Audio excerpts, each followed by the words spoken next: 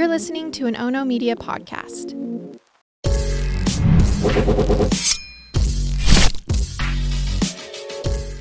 Good morning, and thanks for joining me for Rise in Crime, your morning caffeine hit all about crime. I'm Mama Jules, and today's first crime story has me experiencing that, mind bend. The one where if you were asked a trivia question about a movie and what year it came out, or if you're asked a question about an actress and how old she is, or maybe a question about a major event and how long ago was that event, and you get it really wrong and you can't believe the actual answer. Well, when I started researching this crime story, I did exactly this. If you had asked me how many seasons Ghost Adventures had been around, or maybe asked me what year it started, I would have been so wrong. The series premiered in October of 2008. That's 17 years ago. And they've created 28 seasons over those 17 years. You guys, tell me I'm not alone on this.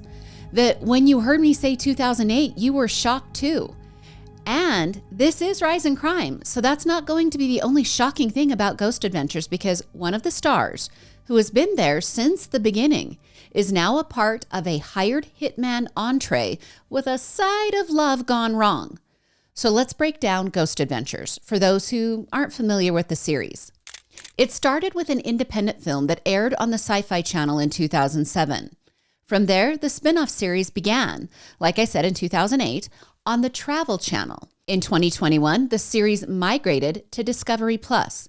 Basically, 5 guys investigate and film reportedly haunted locations, hoping to collect either visual or auditory or both in some cases, but they want to provide evidence of paranormal activity.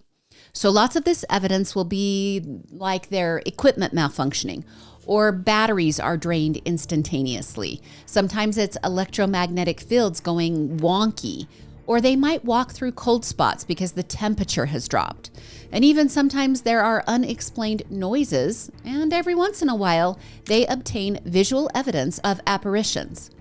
Okay, no matter where you fall on the "do I believe in this" scale, the premise clearly works. They have 28 seasons. So, one of the 5 guys is 49-year-old Aaron Goodwin. Aaron was born in Portland, Oregon, and before joining Ghost Adventures, he worked on documentaries, mostly as the behind-the-camera guy. And that was his intended role on Ghost Adventures, camera operator. But pretty quickly, he became a fan favorite, this all due to his strong emotional reactions with the ghost encounters. And because of those reactions, he is kind of dubbed as the non-believer turned believer, and all of that is mixed with some humor and relatability. After achieving success with Ghost Adventures, Aaron branched out and started a clothing line featuring his art because, he's an artist. You can find his prints under the brand name Big Steppin'. And as almost all celebrities, he's very active on social media. Now, Aaron's first marriage of 11 years to a woman named Sheena ended in divorce in the late 2000s. Then in 2018, Aaron met Victoria. The two dated for about a year before becoming engaged in 2019. With grand plans, they set a wedding date for May of 2020. And then the world shut down. They tried more than once over the next 2 years to plan and pull off a wedding, but shutdowns were making it very difficult. So finally, the pair wed in August of 2022 at Disneyland, because why not? Their wedding photos were staged at a very on-brand location, the park ride, The Haunted Mansion. And just a side note, you guys, it's so fun to visit Disneyland during Halloween, especially for that ride, Haunted Mansion. But in August of 2022, when they were there getting married, that was just 2.5 years ago, and all seemed really happy. There was bliss. Okay, let's pause the Victoria-Aaron lovebirds and chat about killer Grant Amato. And you're like, wait, you didn't even tell me a crime story. I'm getting there, but we have to learn about Grant first. Grant is in prison serving time for killing his family. And here's how that went down. Grant Amato and his brother were, let's call them, very close. The two were the best of friends growing up in Florida. They attended the same high school and the same college, which was University of Central Florida. Both became registered nurses with the long-term goal of each attending additional schooling and becoming CRNAs or nurse anesthetists. Okay, that's where their plan derailed. Cody had the chops. He made it through the CRNA program. Grant did not. He dropped out and went back to working as a nurse at Advent Health Orlando. And just like school wasn't for him, regular RN work wasn't flowing for Grant either. He was suspended from his RN position in June of 2018 after administration became suspicious that Grant was stealing pain meds and also giving wonky dosages of meds to patients. Okay, it seems hospital staff had found 8 empty vials of the sedative propofol. These vials were in 2 of his patients' rooms. That medication had not been ordered for those patients. It just shouldn't have been there. When he was questioned about the 8 empty vials, he said he was helping the patients who needed additional meds to relax adequately. Well, following the investigation, he was fired and arrested. And although those charges were eventually dropped, it didn't turn out well for Grant. That investigation was hanging over him like a dark cloud, and Grant couldn't find a job as a nurse anywhere else. So he just threw it out there in the universe and attempted to make it big playing video games on Twitch. Except there's something weird.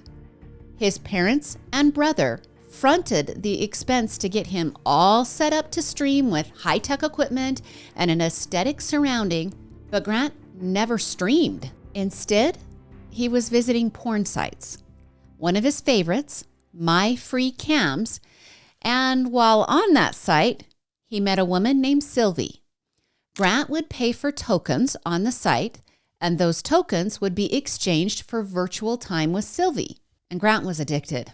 He would spend up to 4 hours a day on the site with Sylvie, buying 5,000 tokens at a time at a cost of $600 for those 5,000 tokens.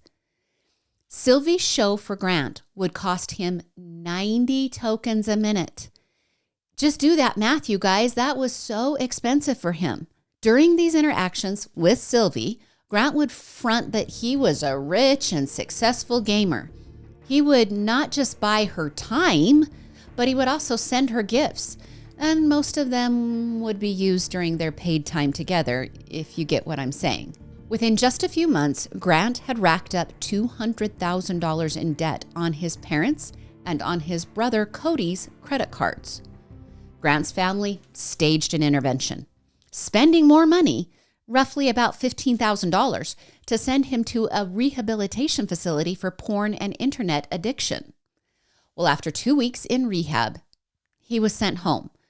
But within days of returning home, he had conned his mom out of her cell phone and had begun contacting webcam models. Grant's father told him to find another place to live and get out of the house. This was not going to turn out well, because on January 24th of 2019, Grant entered his parents' home, walked up behind his mother, who was working on her computer, and shot his mother in the back of her head with a pistol. He then patiently waited for his father to return home. When his father walked into the kitchen from the outside, Grant shot him twice. Grant then took his father's phone and texted his brother Cody, pretending to be his dad. He made up some kind of ruse to get Cody to stop by his parents' house after his shift at the hospital. When Cody entered the house through the front door, Grant shot him dead. Now, before he left his family murdered in his parents' home, Grant placed the pistol next to his brother's body in hopes that investigators would think it was a potential murder-suicide. You know, Cody shooting his parents and then himself. Well, day turned into night, and then night into day, and Cody didn't show up for his shift at the hospital. Now, this was very unlike Cody, so his peers alerted the police requesting a wellness check very early in the morning. Police entered the home of Cody and Grant's parents just after 9 that morning, and they discovered the grisly scene. It took officers about 24 hours to find Grant. He was holed up in a DoubleTree hotel in Orange County, Florida. His older model Honda Accord was even in the parking lot. As he was being interrogated by police, Grant changed his story multiple times. In one version, he claimed he had come to his parents' house after the bodies had been found, But instead of figuring out why news vans and patrol vehicles were everywhere in front of his parents' home, he said he just left and went to Panera Bread for a quick snack. He said while at Panera Bread, he searched for news stories, this to try to explain why his parents' house was being overrun by cops. Yeah, that's totally plausible, Grant. So, Grant eventually was charged with first-degree murder and couldn't make his bond, so he stayed in jail until his trial, which was held about 5 months later in July of 2019. Grant was found guilty of killing his family and sentenced to 3 life terms. When he was asked if he felt remorse for the killing of his family, he said the following: "My family has been blaming me for months for ruining their lives, stealing, and not following the rules of the home. So I might as well be blamed for this too." All right, that's the story of Grant. So how do lovebirds, Aaron and Victoria, and 3-time killer Grant Amato intersect? Well, somewhere along the way, Victoria watched a 3-part docuseries about Grant that's titled Control, Alt, Desire. It's spelled like Control, Alt, Delete with the plus sign in between the 3 words, except the last word is desire instead of delete. And in the docuseries, you get an up-close look at Grant. The documentarian spent hours with Grant, and in the documentary, he reveals that he killed his family. And it's kind of unsettling because he's so calm in this candid interview that's being filmed. Well, Grant also admits in the docuseries that his older brother was the love of his life. And yeah, it's romantic for him. So Grant is pseudo-famous for his killing of his family, and Victoria Goodwin is smitten after she watches the documentary. So she reached out to Grant and became pen pals with him. It's weird because here's Victoria living a pretty great life. And as far as we can tell, Victoria and Aaron are getting along great. And then there's Grant, and he's living behind bars with no future of getting out. Well, this communication between Grant and Victoria, mostly via text messaging, lasted from May of 2024 to allegedly November of 2024. In those text messages, Victoria told Grant she wanted to leave her marriage. That declaration evolved to her not wanting to leave the marriage, but instead ending Aaron's existence. And that's her phrasing, not mine. One message sent by Victoria read, "Am I a bad person because I chose to end his existence instead of divorce?" Well, as the messages continued, Victoria started sharing the Ghost Adventures schedule, where and when they would be filming. And then other messages encouraged Grant to somehow work with his connections to have Aaron murdered while he was away for filming. The messages then escalated to talks of money. She told Grant she would send him $2,500 up front and that she had set aside a little over $11,000 to pay Grant to basically kill Aaron or get someone to kill Aaron. They also allegedly expressed their love for each other. So all of this was going down in the latter part of 2024. That is, until a prison guard seized Grant's phone and a forensic audit revealed the murder-for-hire plot. Florida investigators alerted Las Vegas Metropolitan Police Department about the murder-for-hire plot, and they turned around and began watching Victoria because Victoria and Aaron lived in Vegas. Through the investigation, it was learned that Victoria had chosen for Grant to have his guys kill Aaron while he was filming on location in California. So, armed with that information, on March 6th of this year, police showed up at the couple's shared home and arrested Victoria. She was charged with soliciting to commit murder and conspiring to commit murder. And you guys, Aaron had no idea. He told various publications that he was stunned when he found out about the murder-for-hire plot. He referred to it as surreal and kind of like a horror movie. He also said he didn't see it coming. He admitted that the marriage had problems and that they had talked about divorce, but not these kind of problems.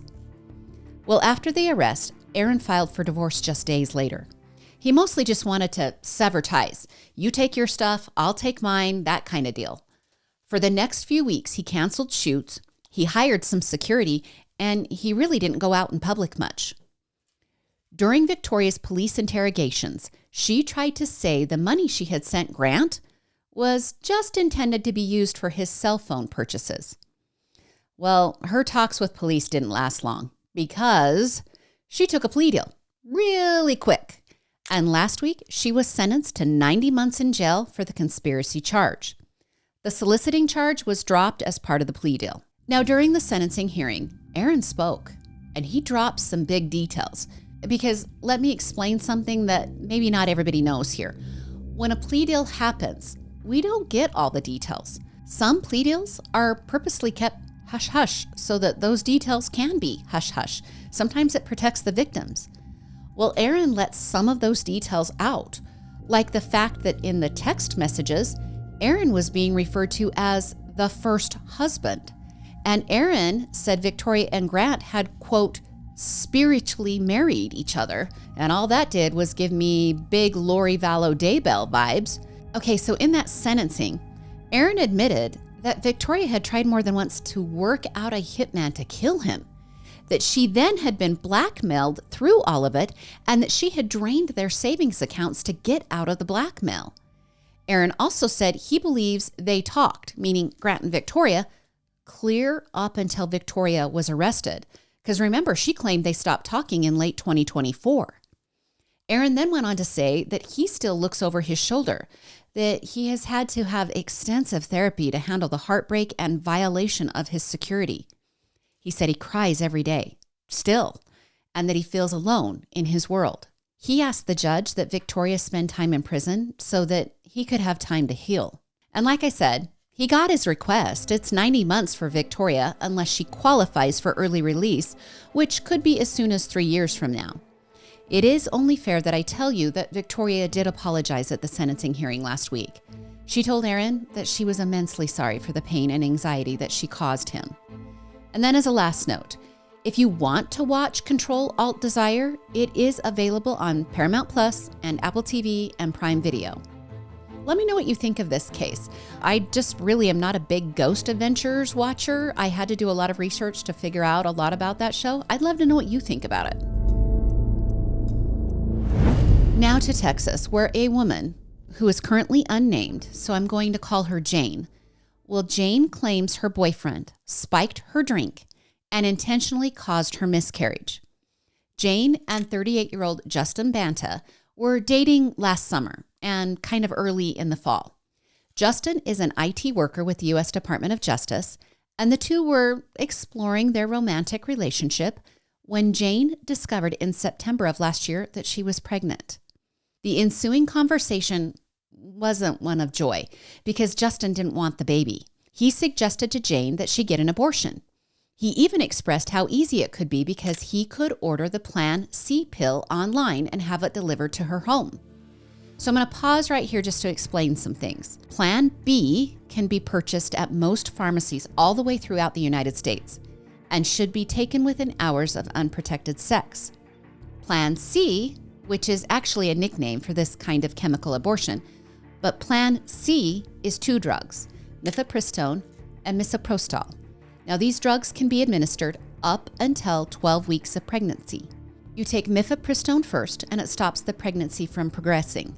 Then, 2 days later, you take misoprostol, and that drug encourages the body to flush the pregnancy. So here's the issue. These drugs are sold off-label and via a telehealth visit, and they are taken by women who haven't verified the amount of weeks they are pregnant or even if it is a viable pregnancy. Those issues can be deadly to the mother of the unborn child if they aren't factored into the administration of this drug. And I don't want you to come at me with my word choices here. This crime story is about the death of a child, and so I'm going to refer to the child as unborn. It is different in every state. This is Texas with very extreme abortion laws. The child is considered an unborn child. Now, just keep that in mind. We're not having a political conversation here. We're talking about crime. So back to the story. Justin wants Jane to take the drug, which will be ordered online and unlawfully delivered to the Texas address because Plan C is restricted in Texas. Now, Jane didn't want any of it, restrictions or not. She allegedly told Justin she wanted to keep the baby. Clearly, this caused a strain in the relationship because they broke up. About a month after the abortion conversation, Justin and Jane scheduled a coffee date. When Jane arrived at the coffee shop, Justin had already ordered her drink. As they talked, Jane drank the entire coffee. The next day, Jane began bleeding, and she was just overwhelmingly tired. As the bleeding intensified, she quickly transported herself to the nearest emergency room. Doctors hospitalized Jane, but they couldn't save the baby. And 2.5 days after the coffee shop visit, Jane lost her child. Jane contacted authorities alleging that Justin had spiked her drink with the Plan C pills. Investigators tracked down Justin and seized his cell phone after chatting with him about his relationship and the child that he conceived with Jane. During that chat, he allegedly admitted he had purchased the pills. While the Parker County deputies had custody of Justin's cell phone, Justin allegedly used his IT skills to remote into the phone and force a reset of the cell. Authorities believe crucial evidence of the securing of the Plan C pills was lost during that reset. Detectives obtained a warrant for an arrest anyway, and Justin was taken into custody on Friday and charged with attempted murder and tampering with evidence. Now, according to court documents, he was released later that day on a bond set at $500,000. All right, we have to think a little deeper here because the charge is for attempted murder. That's not for the baby. That's for the risk to Jane's life. So prosecutors will have to prove that he intended to kill Jane. This is going to be a tough one to prove in court. I'll try to watch and see what happens here. It's an interesting conversation if you remove the emotion and just look at the laws. And that includes topics like, when do we factor in punishments for crimes against an unborn child? Is it after viability of the fetus? So like 22 weeks? Is it always if the child is wanted or desired in that pregnancy? And in this exact case, how can she prove that she wanted the baby? Does she have text messages? Was she buying things? Had she visited a doctor? Those questions might help us understand why the death of the child was not considered in the charges in a state like Texas, where the abortion laws are very restrictive. Like I said, I'll try to watch this story. And now to this bizarre story out of New York City. It's Brooklyn, to be exact. Over the weekend, a 60-year-old man was found dead inside an abandoned ambulance in an industrial area in East New York. The dead man was discovered sitting in the passenger seat of the ambulance, which had been stripped of its wheels and vandalized. The man was pronounced dead at the scene, and detectives noted obvious trauma to his neck, which prompted the suspicious death investigation. Now, an autopsy is being performed. I've got lots of questions here, but here's the first unanswered question in this story. Who's the guy? Police aren't releasing his name, and that could be for lots of reasons. Maybe they can't find next of kin, or maybe it's taking a long time to notify them, and that's probably the answer.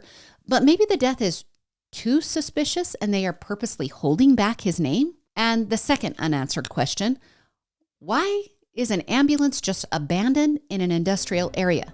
I get that it could have broken down, but we're just going to leave it there? And leave it there long enough for the tires to be stripped and the windows to be covered in graffiti, and there's a large dent that's visible in the side of the body of the ambulance? I mean, even the lights are broken out. So what's going on? The NYPD has turned to social media and news reports asking for anyone with potential camera footage in the area to supply that footage to authorities. I don't have much more to offer here other than to just kind of shake my head along with you guys. Let me know what you think. And finally, this quick story out of Louisiana that gets a little crazy, so follow along with me here. 59-year-old Bill Lunn is an Emmy Award winner journalist that worked as a news anchor and a news director for ABC affiliate KTBS. Okay, Bill, back in June of last year, and another news anchor at a different affiliate, NBC KTAL, well, that anchor did Bill dirty, allegedly. It seems that the other anchor, 48-year-old Dan Jovic, reported on his news station that Bill, the other anchor, had been caught luring underage girls into sexual encounters. All right, caught by a knockoff version of NBC's To Catch a Predator. That's where someone will pose as an underage girl or boy, and the adult male will get caught soliciting sex from the underage child. That just a quick explainer of what those were. Well, Dan, the one anchor, says Bill, the other anchor, was caught in one of these sting operations, except none of it might have been true. In fact, criminally, it seems like it wasn't. So, two things have happened. Bill resigned from his TV job. He's the one that's been accused. And Bill has now filed suit against Dan for defamation, and he is seeking damages for the harm done to his career and reputation. Let's break this down. According to the lawsuit, Bill says Dan pursued the story about the To Catch a Predator type hunters despite lacking evidence that Bill was ever engaged in that predatory behavior. Bill even owns up in the lawsuit to his kind of steamy Tinder history and says that having that history clears him of this alleged rumor because you have to be 18 years old to use Tinder, so he wasn't breaking the law. In the story that Dan, and get this, his wife, who is his co-anchor, well, in that inflammatory story that they ran about Bill, they said Bill was chatting with a 15-year-old girl via an app called Meet Me. That app has a minimum age of 13 years old, unlike Tinder with the 18-year-old minimum age. Now, the lawsuit filed by Bill states that Bill wasn't on that app. He wasn't on Meet Me, like the news story said. He was actually on Tinder. And then the lawsuit states that Dan had possession of screenshots from Bill's Tinder profile and also Bill's text history. Now, the lawsuit says that those screenshots show an unmarried Bill chatting with a woman named Jasmine. Bill says Jasmine told him she was 19 years old. But here's the deal. The text messages are on iPhones, and the text where Jasmine states her age has actually been edited. So you know how if you have an iPhone and you can see when someone edits the message, underneath it says the little word edit? Bill says Jasmine edited the text to read that she was 16 years old. He says prior to that, it read she was 19 years old. So again, he's saying he wasn't flirting with an underage girl. He wasn't meeting up with an underage girl. It was Jasmine who changed it after they had scheduled their plans. There's more. Jasmine isn't real. Jasmine was a made-up Tinder date that was created by a group of adult men. Their names are Antonio Coleman, Cameron Kennan, and Katario Grigsby. Now, these three guys took part in the knockoff version of To Catch a Predator. It's a little different, though. The text messages between Jasmine, the made-up girl, and Bill allegedly indicate that Bill was going to meet Jasmine at her home. All of this was after some steamy texts that the two shared, and the texts also laced with some steamy photos that are kind of embarrassing for Bill. Now, the lawsuit says when Bill arrived at made-up Jasmine's home, he was greeted by a female friend of the three vigilante justice bros, the ones who are pretending to be the To Catch a Predator people. Bill says he went inside the home, where the three men beat him and robbed him of his belongings and threatened to blackmail him. Bill actually escaped from the house, and then he allegedly called 911. A neighbor had seen the beaten TV anchor, Bill, and he came to his aid and helped him until cops arrived.